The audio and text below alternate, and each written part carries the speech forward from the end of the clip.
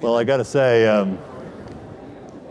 I moderated a few dozen of these, and every time I say, well, this panel needs no introduction, and for the first time in my life, I actually mean it. So no, I will dispense with the intros. Everybody knows everybody here. It's an honor to have you all. And we are going to talk about why to give. I mean, this is, it's kind of to tie in everything we've talked about today and bring it all together and just talk about the moral reasons, why people who've been very successful, should or should not give back. Maybe I'll start with, and again, I'm going to throw it out, and I told our panelists that they should just ask questions of each other. Everybody here knows each other, so we're just going to kind of make it freewheeling. Is it an intellectual or an emotional decision when you give? How much? Let's talk about the balance of those two. Anybody who wants it? Just how much is it intellectual? I can do good versus emotional. I feel like I have an obligation to do good. Melinda, please. Well, I'll say that it's both, but I won't say that the emotional piece is because I have an obligation. I would say that I think anytime you give, it has to be from your heart. You have to give something that you're passionate about. If not, you don't do it. And I think one of the amazing things about philanthropy is getting out, at least for us, getting out into the world and talking to people, and you realize how similar people are in terms of what they want and their needs.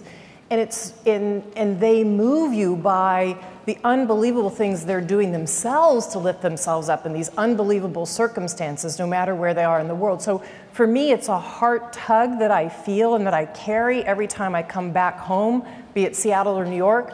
But then it's your intellectual head that you have to put on when you're back home constantly, and even when you're out in the field talking to scientists and researchers, your intellectual head that says, okay, so I met that one person or that one family or that group of villagers, but how do I impact tens of millions? How do I use this money that's at our disposal to have the very biggest impact? And it's your brain that hopefully takes over when you're back home to help guide that emotion that you feel that keeps fueling while you give. At least that, for me, is how I would describe it. David?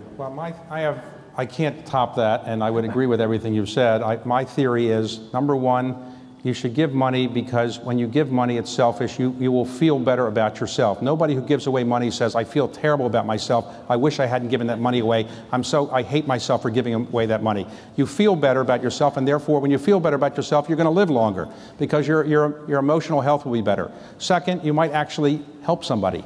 You never know. When you try to do something, all the times you try to do something, it doesn't always work, but sometimes you might actually help people, and it's a natural human instinct to help other people. And third, you might get to heaven more quickly. Now, I can't prove that, but why would we take a chance?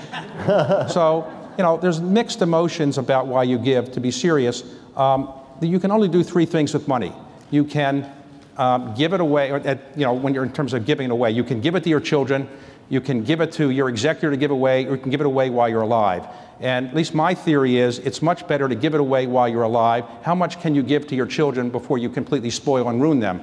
Very few people who inherit gigantic sums have gone on to change the world for the better. Some have, and maybe some of you are in the room that have done so. But generally, the people who've changed the world for the better are people who made it on their own and ultimately didn't want to just distribute wealth to somebody else. So I think when you give away money while you're alive, I think it's a good thing, and I don't think you should give it all to your children. I think letting an executor give it away, I think, is not a great thing. If you can give away as much money as you can while you're alive, I think you'll realize the benefits that I just mentioned before, and I also think you'll feel much better about yourself, and your children will feel much better about you if you care about that. The other piece that Gene and I have learned is we started our foundation about 15 years ago, so we're still in our 30s, still kind of figuring it out, still focused mostly on, particularly I was mostly on the business side, but even the definition of giving, it's clear to us now there's sort of three different ways to give. One is to give money, write a check, which is important. Two is to give your time and really focus on the issue with passion. And three, essentially, is to give your reputation, leverage your network and try to plug people together. Initially, we started kind of did some startups and did one initiative around digital divide, for example. We gave a fair amount of money away. Then we started investing in kind of what we thought of as not startups, but speed ups, organizations like Habitat for Humanity and Special Olympics trying to expand their efforts. But for the first half of that experience, up to probably 7, 8 years, we actually didn't have a website, which is odd given all the money came from the internet, because we thought it would be better just to kind of quietly do it. We didn't really want to call a lot of attention to it. But then we realized we really weren't using our most unique and precious assets, which are the ability to connect people together, build collaboration, shine a spotlight on issues. So the last 7 or 8 years, we've been much more focused on those as well, which really led us to commit to the Giving Pledge. It wasn't so much for us making a public commitment. It was more trying to leverage everybody's expertise and create a network effect around the givers. And some of the things that we've done with the different groups getting together to talk about different things and learning from each other and trying not to make the same mistakes over and over again, that to us was the real leverage. So the capital, the financial commitment obviously is important, but also looking at ways you can uniquely give of your time as well as leverage your network, I think it can be even more important in the long run. Seizing on something, Melinda, you said, you were talking about how people like to give to something they know. And that's something, I mean, you see even with the woman people gave $500,000 to the lady who got bullied on the school bus in Rochester. When people see something, they want to give to it. Now, Melinda, you and Bill are giving to, and dedicated to a lot of things that are very abstract and very far away from us. And how do you find, in terms of getting people excited about things that most of the people giving have no real understanding of? Well, I think the best thing is to encourage people to get out and see the things. If you get somebody to go to Africa and see the beauty, and yet also get a glimpse of what happens to children, that malaria is this awful thing, not just in terms of deaths, but the number of kids who are permanently damaged, never able to learn because they've had either malnutrition or malaria, it really draws you in. And there's no substitute for actually going and seeing it. Same thing with schools. If you go to a inner city school and see some of the pathologies that can develop in terms of how it's protected and there's security and people aren't really going to the classes much, and then you go to a place a few blocks away that, say, is a charter school that's been run on a different basis, and you see that contrast, you really want all the kids to have what you see at the second place. And so I think you've got to have genuine experiences. That's kind of the retail end. And then you a little bit step back and say, okay, what is it about that system? Why isn't the combination of the market plus government able to solve that? Who's really studying how you reward teachers? Who's really studying why they're good? What is the institutional framework that would change that? That involves working with experts, doing a lot of thinking, but it's got to be that kind of retail experience of it that creates this dedication to it. I'm not sure whether it's intellectual or emotional, but when I was born in 1930 in the United States, the odds were 40-1 against me being born in the United States as opposed to someplace else. I was a male, the odds were even money on that. So now I'm down to 80-1, a shot. I mean, you don't want to bet on 80-1 shots normally, but I got lucky. And Bill says if I'd been born a few thousand years ago, I'd have been some animal's lunch, because I'd have gone around saying, well, I allocate capital, and the animals say they're the kind that taste the best, and I can't run fast and I can't climb trees. And so here I am by pure luck. Born at the right time, the right gender, as it turned out, compared to my sisters who were just as smarter than I am, in the right place, and in a system where allocating capital pays off like crazy. And like I don't feel guilty about that. I do feel grateful about it. And I've got a whole bunch of stock certificates sitting in a box. They've been down there for 40 years. I haven't even looked at them for years. I could go down there and fondle them occasionally, but that's about all they're good for, to me. I mean, they have no utility to me. They have all kinds of utility to the people that Bill and Melinda are talking about. And so, I mean, it's incredible utility. And what can they do for me? They can't do anything as a practical matter. And so it just seems so obvious that get them where they're useful. Was there who can speak to a moment when kind of something clicked and you thought, this is something I should do, I should start giving on a massive scale? Any kind of epiphany I moments? can't remember back that far. I'm sure I remember what we had for lunch. I'll tell just one story, which is, Bill and I had already decided after we were engaged that the money that had come from Microsoft would go back to society. That was a given. We both came from families that believed in that and believed in volunteerism and civic work. But our first trip to Africa was after we were engaged, about a few months before we were to be married in the fall of 1993. And we went to see the animals and the safari. We had a group with us. We had an amazing trip. We didn't go to see the poverty. We weren't going because we thought, okay, we're going to have this foundation and this is what it's do. But you can't but help be in Africa and be on the ground and see the people and say, well, what's going on here? Why is it that we are in some of these countries? We were then in Zaire, which is now DRC. And why is it that, okay, places are shuttered, that there used to be a town here? Why is it that the women are the ones that we saw doing so much work, carrying loads on their heads, a baby on the back and a baby in their belly, and the people with shoes on were men, or the people smoking cigarettes were men? We kept asking ourselves, well, what's going on here? And what I would say from that, though, is what it started us on was a learning journey. And the foundation for us continues to be a learning journey. We didn't know even a quarter what we know about malaria back then. We didn't know anything about really the big childhood killer diseases, or really this lag in vaccines between when they get out in the United States or the UK and they go to a place like Africa. So it began this journey for us of learning as a couple that then got us on the path to say, well, where would we invest this money? How would we use it in a catalytic way that we think could have the most impact? And I will say for us as a couple, it's been not only an intellectual journey, but a really rewarding and fulfilling journey for us as a couple in terms of what we learned together. Leon, I think you had a thought. Yeah, I would say a few things. I would agree with almost all the points that have been made up here. I think it's a mixture, actually, and it is a journey between intellectual appeal and emotional. I mean, I grew up in a family where intellectually giving was part of being, human. If, was that dichotomy, if I'm not for myself, who will be? If I'm only for myself, what am I? And finding that right balance. And so I think one starts by writing checks, as Steve was saying, to a number of different things that might have an appeal to you, whether they be cultural, whether they be educational, whether they be medical.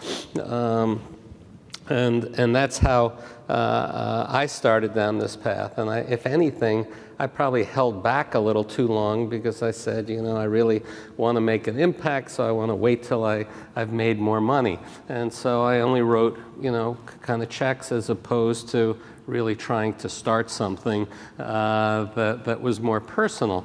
I think when you see other models out there, and clearly what the Gates Foundation represents today is a model for all of us to admire, but there are other models. There are models, whether it's the Broad Institute or what the Tisch family has done or what the Milken Institute has done, where you learn that you can make a difference. And it is empowering, and it is empowering to think that you can empower other human capital and unleash them in really productive ways. So, we have pursued various, as a family, cultural things, whether it be in the arts or in education, but really the most personal and where I think we're really making our biggest mark today was when my wife was diagnosed with melanoma cancer 5 years ago. It was a misdiagnosis where a recurring plantar's wart on her foot for 5 years turned out to be a stage 2 melanoma, and that was very scary.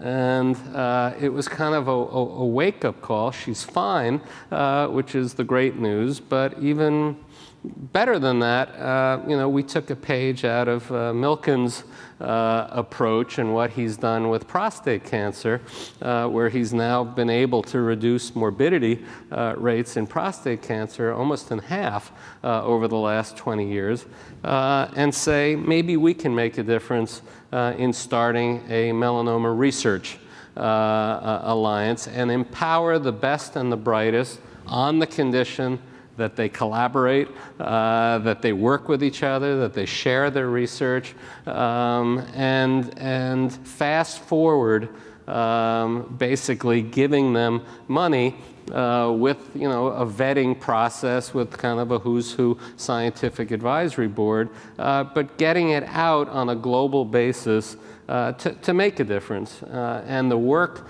that is happening now is incredibly encouraging and exciting. And we've gotten, 30 or so young investigators involved, and this was a field where really nothing had happened for 40 years. That was the frightening thing we learned when my wife was originally diagnosed. And now this is one of the areas that is most hotly pursued. Recently at ASCO, it was kind of the talk in the last few years, and it's having salutary effects on lung cancer, on kidney cancer, and so that's the emotional side. And I couldn't agree with you more. There is a spectrum. I think there's some that's totally intellectual, and that's good. All of this is good. But if you can have the emotional passion too, as you were saying, Melinda, that's even better. And that was our moment, was a personal one. I agree with everything you said. It's a mix of things, but I think it's also worth pointing out, and some of the discussions today from many people in this room, I think, really highlighted this.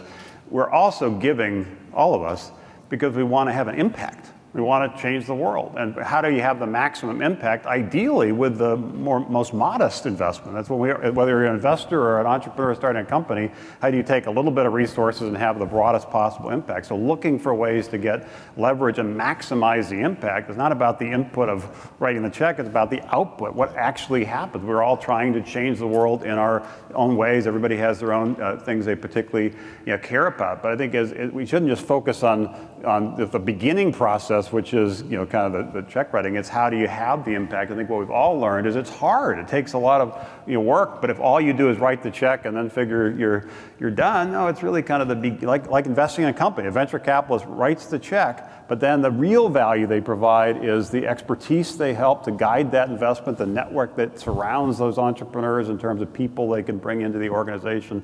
And I think trying to take those same lessons and apply them to this role, I think, is very important. Most of the people who got into the Forbes 400 got there by having an idea and pursuing that idea as long as they could, and it created great wealth typically for them.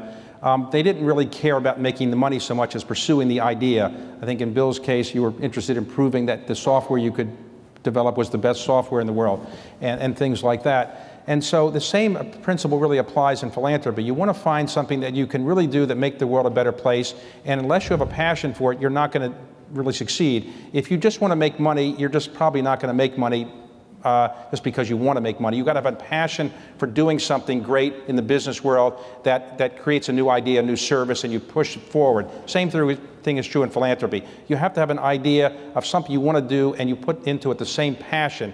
And I want to agree with Steve. The ancient word for philanthropy that the Greeks invented had nothing to do with giving away money. Philanthropy means love of humanity, love of people. And for the ancient Greeks, that meant giving your time, your energy, and your money. And I really wish we had a way of saying, here are the best philanthropists in the country, people who've given away not money, but their time, their energy, their ideas, because everybody doesn't have the ability to be in the Forbes 400 and give away large sums of money. It's great that people do so, but most people in the United States really only have the ability to give away their time and their energy and their ideas, some money, but not nearly the kind of money we're talking about represented here. So I really hope that the philanthropy movement, which 3 people on this stage really helped develop, as a global phenomenon, is seen not just as wealthy people giving away money, but wealthy people giving away their time, their energy, and their ideas, and encouraging other people to give away whatever they can, ideas, energy, or their time. I want to ask a 2-part question about obligation. I think a lot of people today have talked about they feel an obligation or they don't feel an obligation to give back. But there's also a question of, do you feel there's an obligation not just to give back, but to do it in a public way to show that those who've achieved incredible success give back to society? How much is it an individual internal obligation versus some external obligation?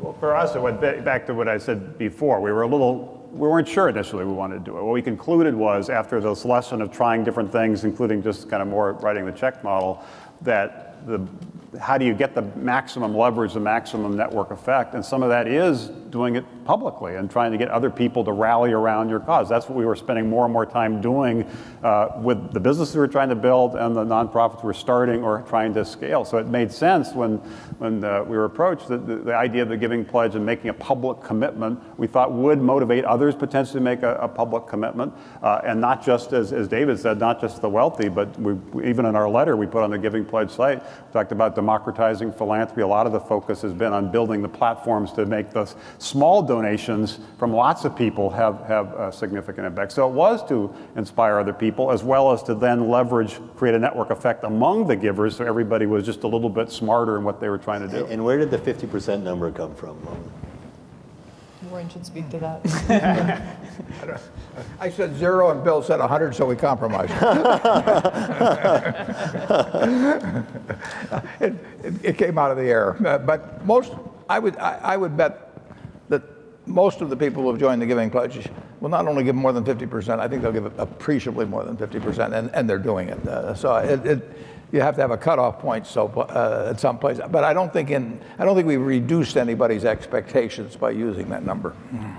I want to just speak to the public versus private piece, because I think one of the things when you are giving money away is, for us, it would have been nice to just kind of be private, actually, about some of it. In fact, early on, we were doing a lot of things behind the scenes privately. And I don't know, maybe, Bill was already very visible because of the business. But for me, I liked to do it privately. I liked to fly under the radar screen. It was nice when we could go into countries and, the government didn't know we were there, so I could go see projects on the ground very anonymously. But what I've learned, again, and I've talked to many of, in particular, the spouses who have a little bit of uncomfortableness about this, should I be public about it? One of the things that we've learned, and I know Steve and Jean talk very eloquently about this, is that your voice in these things matter. And so if you're going to galvanize people around a particular issue that you care about, be it cancer, you've been affected by the Millikins, they've been affected by you. We've been affected by others who've given in the areas that we've given in, and vice versa.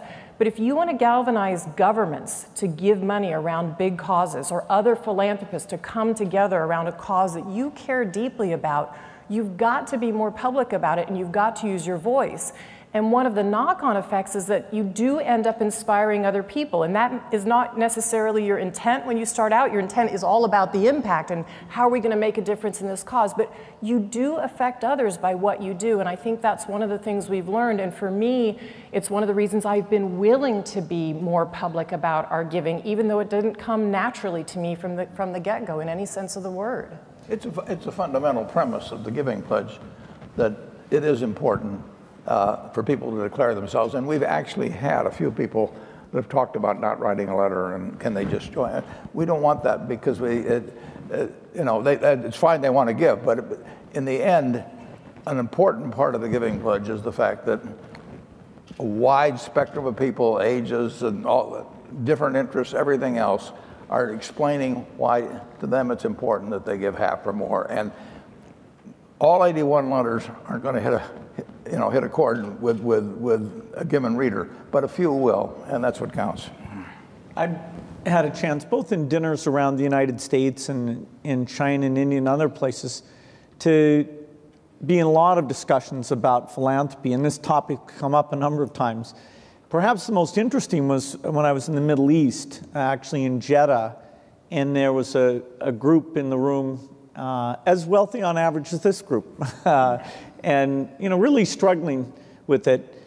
But one of them mentioned that in the Quran it actually says the reason to talk about your philanthropy is if it encourages other people to do the same. And in that case, you have an obligation to talk about your philanthropy. And it's a tricky thing, because are you trying to get credit for it, or are you rather just trying to be able to share what's worked and what's not worked? I think it's been fantastic where you can get groups together who can talk about what makes it fun, what makes it not be fun. Should you have staff? How do you involve colleagues and children and things? And here are the different ways people have solved that. And so I do think that being off by yourself, just doing it, it's fine. That's one option.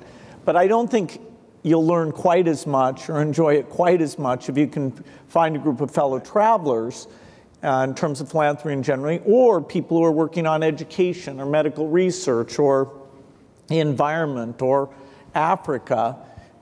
You're going to make a lot of the same mistakes if you're not somehow in an environment where people are being very open with each other. This issue that Melinda brought up, and it was actually a big topic at this last Giving Pledge meeting, of how do you influence others beyond what you're doing, particularly governments. You could start with the premise of you could do what you're doing on your own. That's great. You could say, let's network that together with other givers and have more impact. That's great. You could then go another level and say, how do you interact with companies and create public-private partnerships that really integrate what you care about into what maybe hundreds of companies are doing on a global basis? That has even more impact. And then the final step is, how do you integrate governments and leverage what they're doing or influence what they're doing? As Melinda said this morning, do the risky things in this world, and then when you're looking to scale them, plug into governments. That gives you even more impact. Now, each of these is a little bit harder. In some ways, easier to stay here, a little harder to do this, harder still to do this, much harder to do this. But if you really want to have a big impact on these big issues, it requires stepping out of your comfort zone and trying to create that network effect. As you guys talk, and five of the people on this panel are pledgers, what's the thing that has surprised you guys most when you're talking to each other? What's one thing that you weren't expecting that came forward? I think we've had more success than we anticipated. I don't know whether Bill and Melinda would agree with that. Yeah, I think that this value of a frank discussion of, should I have you get professionals involved, and talking through some of the things that haven't gone as well. I think that the fact that people really want to do that, and they have such great stories about what's brought them to give, it kind of re-inspires everybody when you get together. I'll tell you one surprise, and Bill would be better able to speak to this than I. But twice I've been with Bill and Melinda in Beijing, and then again in Delhi, and it was amazing to me. We had about 50 people, I would say, at both of those dinners, and it was a carbon copy of the discussions that we'd had around this country. People talked about their kids, they talked about their businesses. Once they got going, it's very important to get the first olive out of the bottle. I mean, but once they get the evening could go on forever. I mean, the people really want to talk about it, and they have the same concerns. They obviously have some different views from their culture and some different attitudes about what the government should do and that sort of thing.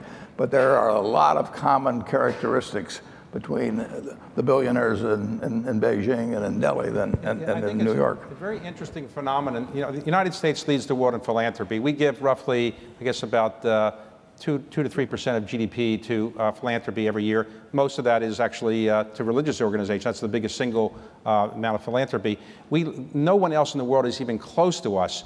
But I think the greatest impact of the Giving Pledge will actually be outside the United States in time, because other people still look to the United States as a leader, as a moral leader in certain ways, and as a leader in philanthropy. And in time, I believe other parts of the world will see that what we've done here has done a very good thing to help make the United States a better place and to make the lives of people better. And I think you will see people who are just coming into money into China and Brazil and other countries beginning, as they feel comfortable with their wealth and it's going to be stable, they're going to start giving away. And I think they will look to the Giving Pledge as an example of it.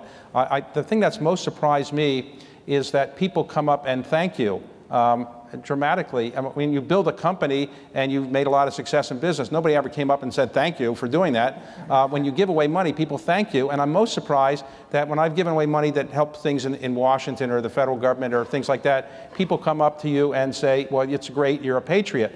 And I say, well, no, a patriot is somebody that went in the military, somebody's a policeman, a fireman, a teacher. Giving away money to help the federal government is not necessarily a patriotic thing, but people think that you're doing patriotic things. It makes you feel good, even though the truth is you're not any more patriotic than anybody else. And I've been surprised at how much attention some modest gifts are. You can give a relatively modest amount to certain causes, and people get enormously excited about it. Sometimes you can give away hundreds of millions of dollars or billions of dollars, and you sometimes don't get the attention because people can't grasp the enormity of what you're doing. In some cases, what you're doing is changing the face of Africa, but you probably don't get the same impact as if you gave a lesser sum to some institution in the United States that everybody knows. Well, David gave money to the Smithsonian National Zoo to promote panda sex, and that got a lot of attention. That's really what he's promoting, truth be told. It was panda conservation.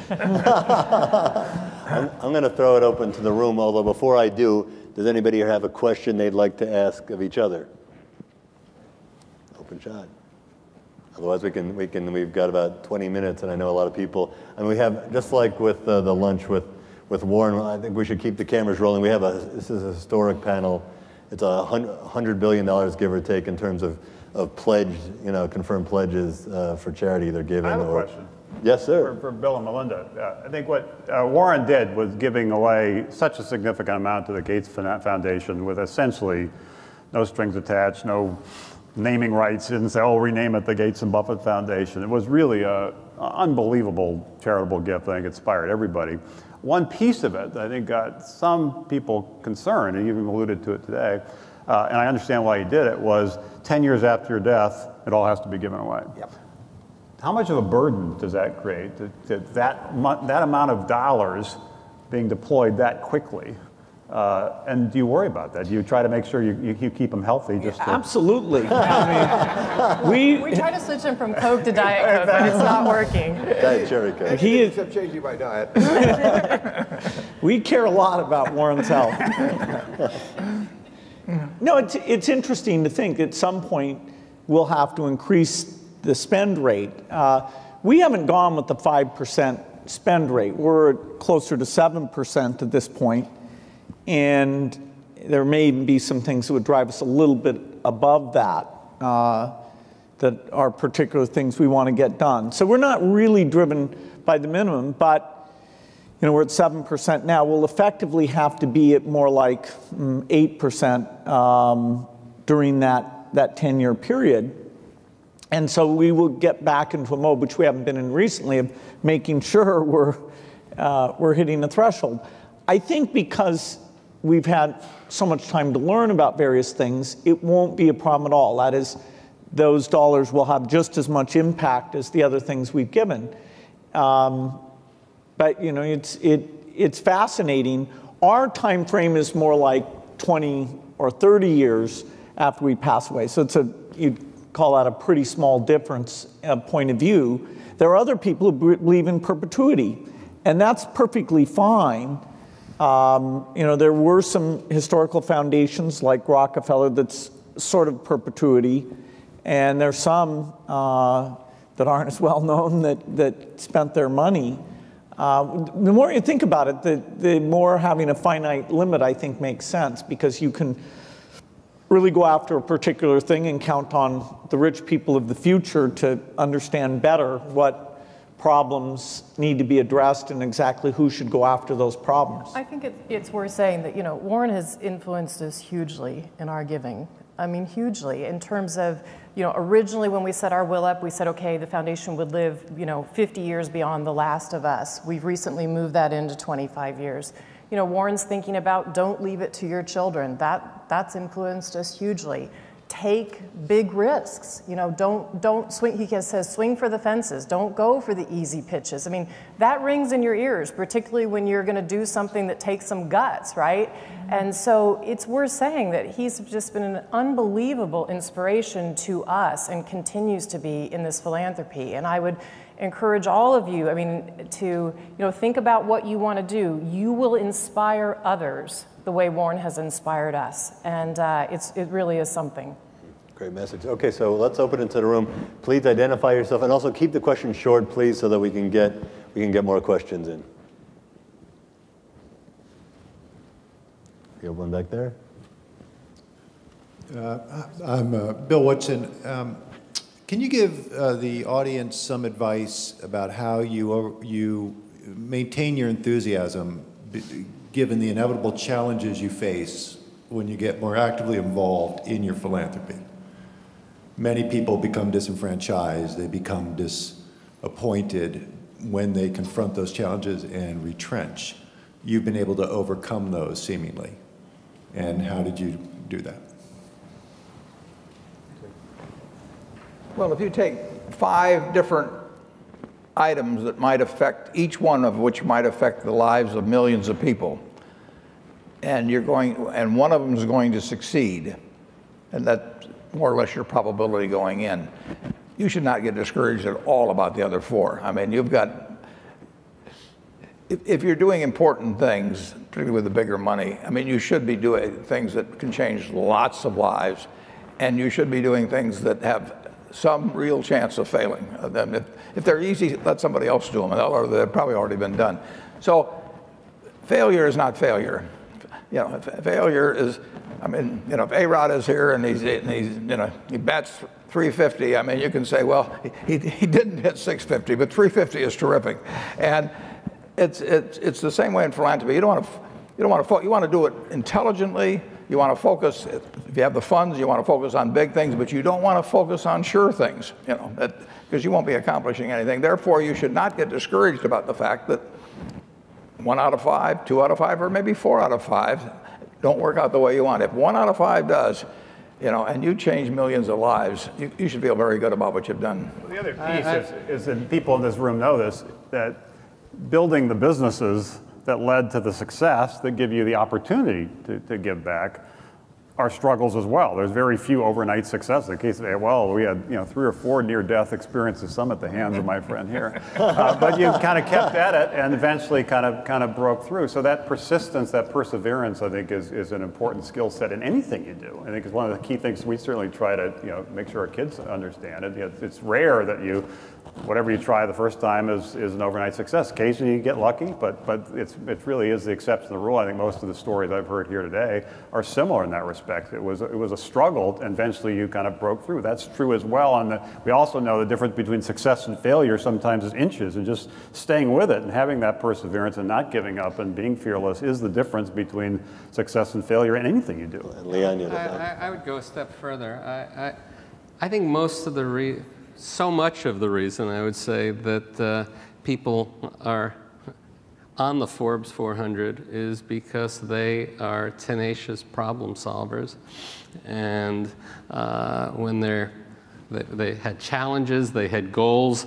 None of those goals were achieved easily. And it took them years to get to where they got to.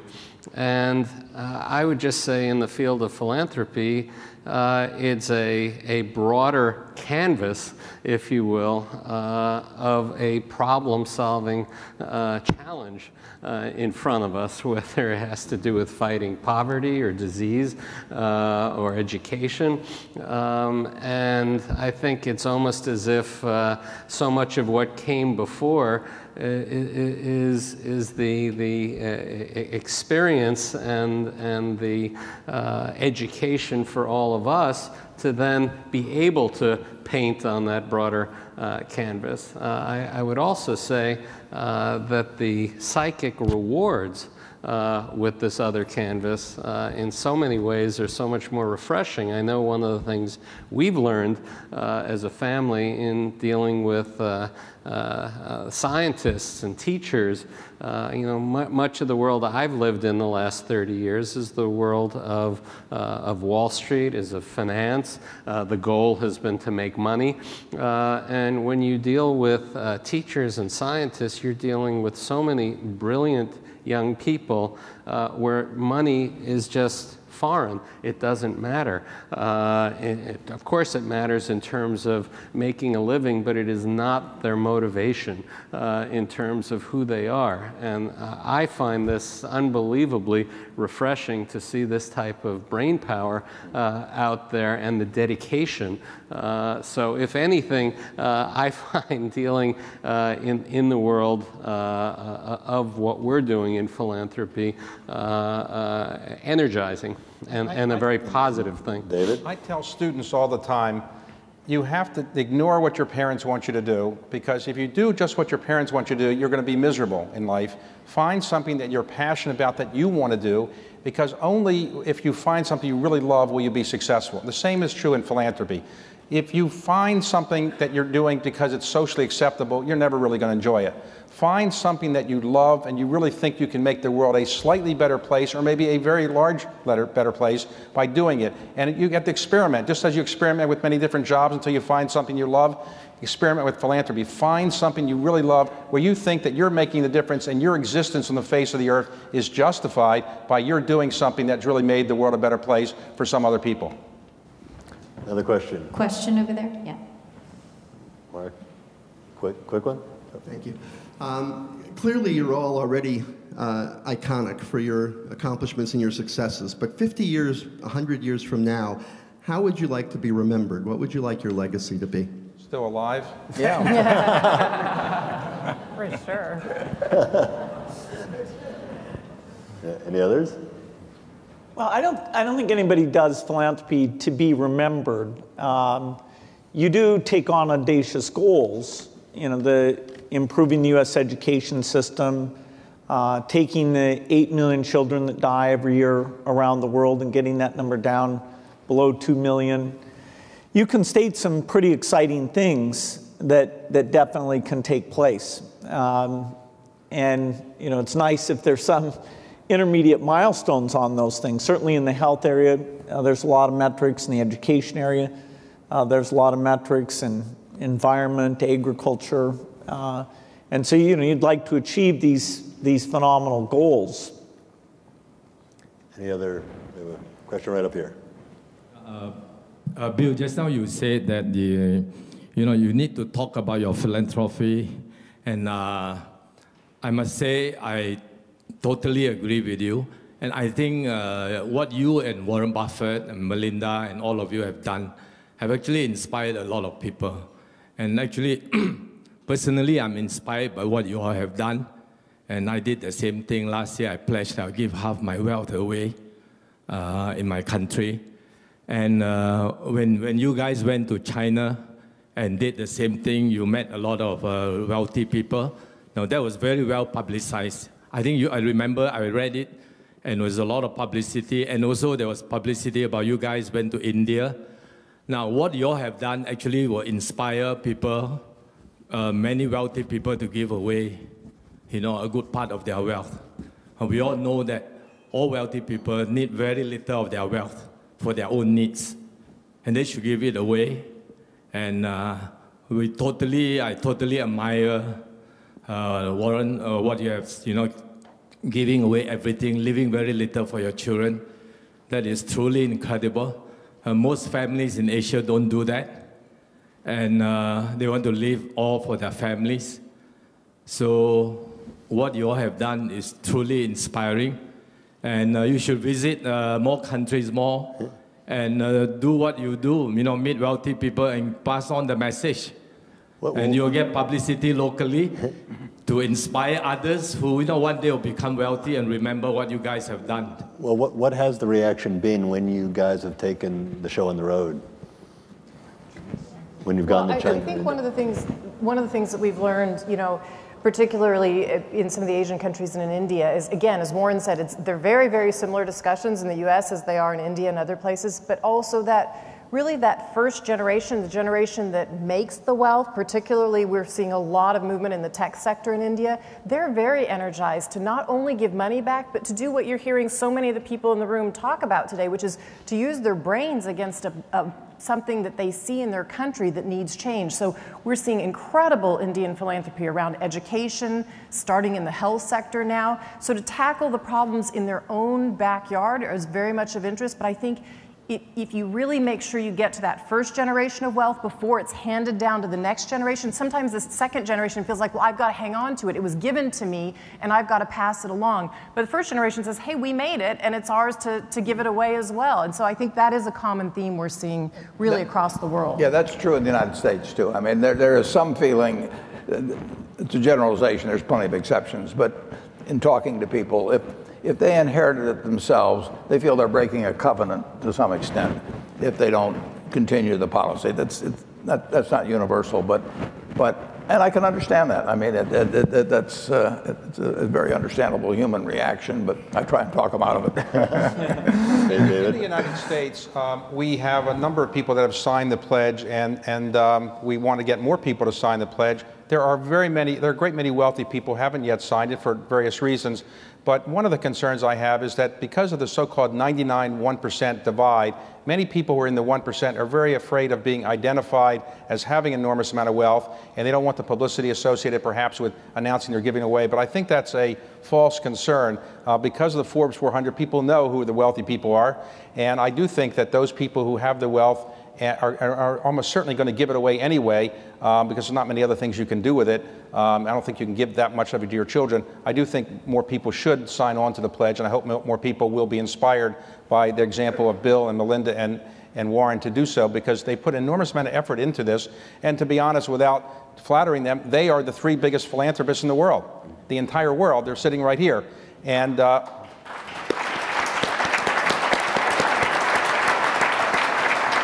so I don't know who arranged the program to put me on it. I'm happy to be on the same panel with them, but the truth is they're the 3 biggest philanthropists, and they've done a great job, and I hope other people will be inspired by what they've done to really give away and publicly give away the amount of money that they've earned over their lifetime.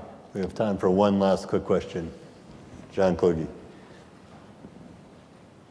So I have an offer and a question. The question relates to the offer. The offer is, earlier today you heard from several next-generation philanthropists who are trying to affect change in very different ways. This is a really tiny, tiny fraction of the amount of people of my generation that are out there putting their time into these issues. So my offer is to, one, lend my own personal support as well as our company's in terms of aligning the next generation to join the pledge. The question is actually when and where would you like to meet to talk about that? Warren, I promise you that I won't offer you $50,000 for your time, unlike my dad. But. Too bad your dad didn't have more influence. So,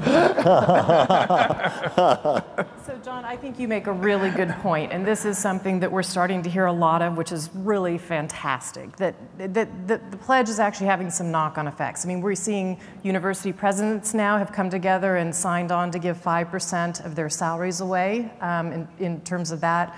We're seeing people like the Salwin family came up. They did a book, where they literally gave away half their wealth. They sold their house and gave half away, and they give a huge amount of time. They're now influencing young kids in Atlanta who are actually in impoverished settings. They bring them together to say, how could you give away time even though you're in difficult circumstances? This millennial generation that was talked about this morning, we're seeing so much movement in terms of kids wanting to give. When I say kids, people coming out of college in their 20s and 30s wanting to give back their time, their energy, their resources. So we're still in the point of kind of figuring out how the Giving Pledge goes beyond this group. At this point, I think our next goal is to try and get at least 100 people pledged to the Giving Pledge, because then we can say, wow, this has really taken hold. And then we do want to have others help us take it beyond this. So we'd love to talk with you more about that after this. And I also think your discussion this morning, I think, was important around impact investing, social enterprise. It's an emerging space, somewhat controversial, different points of view, but I think this millennial generation is not satisfied with these separate worlds of you make money over here, you give money over here. And some of these blended models, and I think it'll take 10 or 20 years for this really to be refined and honed, I think are very important. And the companies that really are trying to build doing good into their core model, I think is very important. I think it's also worth pointing out, because several people are still running companies,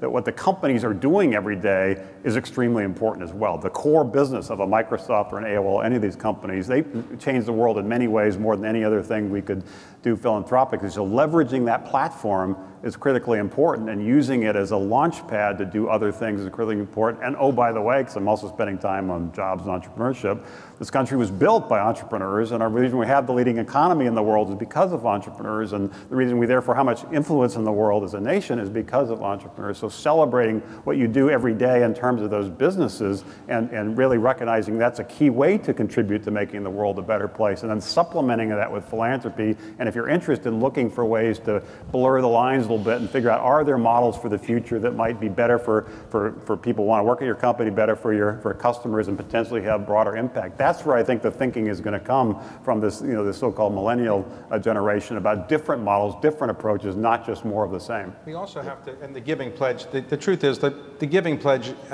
age is a little above, let's say, the average age in the United States. The average age in the United States is, I think, about 38 or 37. And the Giving Pledge people are, let's say, a few years above that. What we want to do is make sure that the younger generation doesn't see that philanthropy is just something you do when you hit your 50s or 60s. Unfortunately, I didn't really start until I was 54. I wish I had started earlier, but I want to find ways that we can encourage people in their 30s and 40s to start giving away and being involved in philanthropy, because that'll be better for the country if we can get people to do it at a much younger age. I want to thank our panel, not just on behalf of Forbes and everybody here, but on behalf of everybody. You guys really are changing the world, and we all owe you a depth of gratitude. Thank you.